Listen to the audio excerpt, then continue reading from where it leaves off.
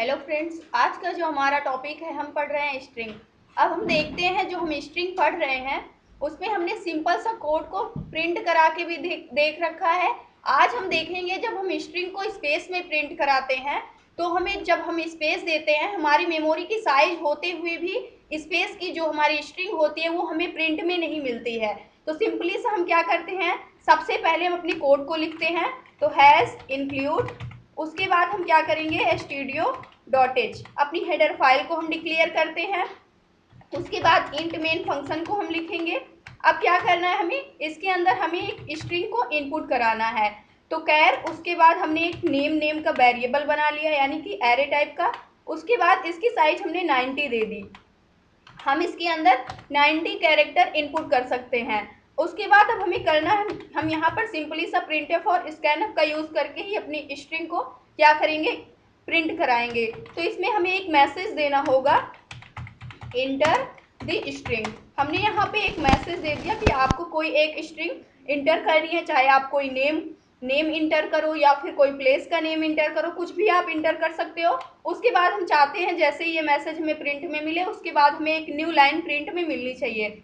अब हम क्या करेंगे, यहाँ से सेमीकोलन से क्लोज कर देंगे। अब हमें इस वैल्यू को स्कैनफ फंक्शन की मदद से क्या करना है, इनपुट लेना है। तो हम क्या करते थे, अगर हमें स्ट्रिंग को प्रिंट कराना होता था उसके लिए हम क्या करते थे, %s एक्सेस स्पेसिफायर का यूज करते थे। उसी का सबसे पहले हम यूज करके देखेंगे। उसके बाद हमें क्या प्रिंट कराना है, हमें सिंपली सा नेम को प्रिंट कराना है, यानी कि नेम को प्रिंट करा लेंगे क्योंकि हम जो भी स्ट्रिंग इनपुट करेंगे वो नेम के वेरिएबल में ही जा करके क्या होगी, स्टोर होगी। अब क्या करते हैं, हम क्लोज कर देते हैं। प्रिंटफ फंक्शन की मदद से हम क्या करेंगे, अपनी वैल्यू को प्रिंट करा लेंगे।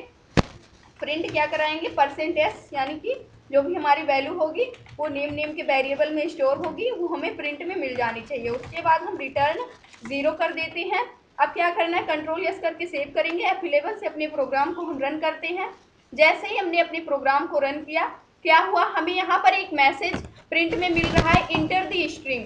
आपको कोई स्ट्रिंग इंटर करनी है तो मैंने यहाँ पर शिवांगी, उसके बाद सिंपली सा मैंने इंटर किया तो हमें शिवांगी तो मिल गया प्रिंट में। लेकिन अब हमें करना क्या है, मान लीजिए हमें अपना फुल नेम प्रिंट कराना है ताकि इसकी साइज जो है वो 90 है, तो आप 90 कैरेक्टर प्रिंट करा सकते हैं। तो हमने यहाँ पर शिवांगी, उसके बाद मौर्य, मैंने फुल नेम दे दिया प्रिंट करने के लिए। लेकिन जब ये प्रिंट हो रही है हमारी स्ट्रिंग तो सिंपल सा हमारा जो शिवांगी है इतना ही प्रिंट हो रहा है, मौर्य ये नहीं प्रिंट कर रहा है क्योंकि इसके बाद हमने व्हाइट स्पेस का यूज किया है। जो कि कंपाइलर क्या करता है, अगर आपको स्ट्रिंग को प्रिंट कराना है तो आप या तो अंडरस्कोर का यूज करो, सिंपली सा आप व्हाइट स्पेस नहीं यूज कर सकते हो। हम इसी से बचने के लिए आज हम इसे देखेंगे किस तरीके से हम प्रिंट कराएं कि हम चाहे जितना भी स्पेस दें हमें उसके बाद की स्ट्रिंग भी हमें प्रिंट में मिलनी चाहिए। यानी कि अगर हमें मल्टीपल स्ट्रिंग प्रिंट करानी है स्पेस दे करके और हमें अंडरस्कोर का भी यूज नहीं करना है तो भी हमें मिलनी चाहिए। अगर हम इसी को अंडरस्कोर का यूज करके हम यहाँ पर प्रिंट करें तो ये हमें प्रिंट में मिल जाएगी, क्योंकि ये दोनों स्ट्रिंग अब इसको एक ही समझ में आ रही है क्योंकि यहाँ से अलग नहीं हुई है, व्हाइट स्पेस नहीं दे रहे हैं हम। जैसे हम वेरिएबल डिफाइन करते हैं तो उसमें हम व्हाइट स्पेस नहीं दे सकते हैं, सेम वैसे अगर हमें स्ट्रिंग प्रिंट करानी है तो हम यहाँ पे जो भी प्रिंट कराना चाहते हैं वैसे इसमें भी हम व्हाइट स्पेस का नहीं यूज कर सकते हैं। लेकिन इससे बचने के लिए हम इसको क्या करते हैं, दूसरे तरीके से समझते हैं।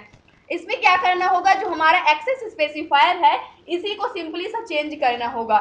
इसको हमें %s तो देना ही है, लेकिन इसको हमें सब स्क्रिप्ट ब्रैकेट के अंदर यहाँ पे एक्सॉर का यूज करना है। उसके बाद हमें \n का यूज करना होगा।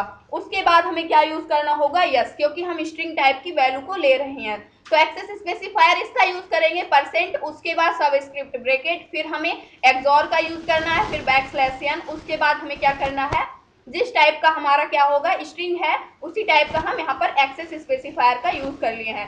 अब हम क्या करते हैं, अब हम F11 करके अपने प्रोग्राम को रन करते हैं। अब देखते हैं क्या हमें जो प्रिंट में मिलना चाहिए वो मिल रहा है या नहीं। यहाँ पे हमने इतना किया।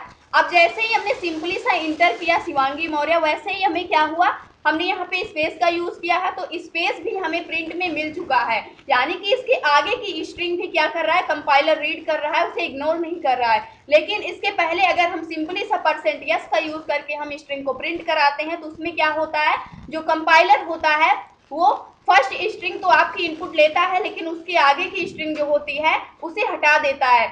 जबकि आपका जो मेमोरी का साइज है वो 90 है, यानी कि 90 कैरेक्टर तक आप ले सकते हैं, लेकिन 90 कैरेक्टर होने तक उससे पहले ये क्या कर दे रहा है, उसे रिमूव कर दे रहा है, यानी हटा दे रहा है वहां से।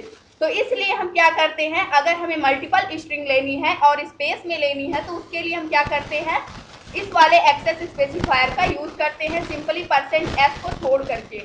नेक्स्ट वीडियो में हम क्या देखेंगे कि हम जो इनपुट लेते हैं स्ट्रिंग का, उसको हम दो तरीके से ले सकते हैं। एक हम प्रिंटफ फंक्शन की मदद से लेते हैं और स्कैनफ से, और सेकेंड हम पुट्स और गेट्स फंक्शन की मदद से हम लेते हैं। तो नेक्स्ट वीडियो में इसे हम देखते हैं। तो आई होप दोस्तों आज की वीडियो आपको अच्छी लगी होगी। अगर टॉपिक समझ में आया हो तो प्लीज वीडियो को लाइक करना, शेयर करना और हमारे चैनल को सब्सक्राइब करना। Thanks for watching this video.